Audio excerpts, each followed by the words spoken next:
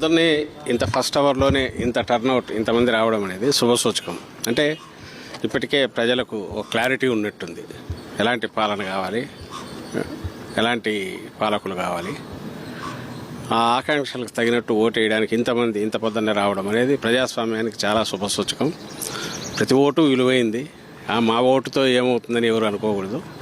ప్రతి ఒక్కరూ ఖచ్చితంగా వచ్చి ఎవరు ఏ నిర్ణయం తీసుకుంటే దాని ప్రకారం వేసుకోవడానికి, ఓటు వేయడానికి, వాళ్ళకి కావాల్సిన వాళ్ళ ఆకాంక్షలకు తగినట్టు ఎవరైతే బాగుంటుంది అని తమ నిర్ణయం ఏంది చెప్పడానికి ఇలాంటి అవకాశం మళ్ళీ రాదు.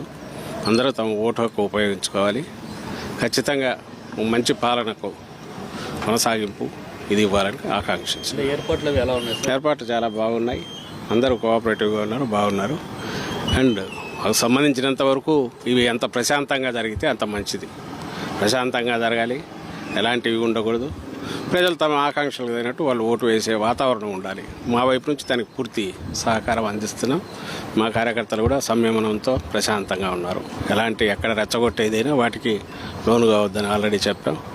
మా నాయకుడు చెప్పారు, జగన్మోహన్ రెడ్డి గారు. దానికి తగినట్టు అన్ని చోట్ల పార్టీ కార్యకర్తలు కూడా ఉత్సాహంగా పాల్గొంటున్నారు. ప్రశాంతంగా ఎన్నికలు ముగిసేదానికి తమ వంతు సహకారం అందిస్తున్నారు. Thank you.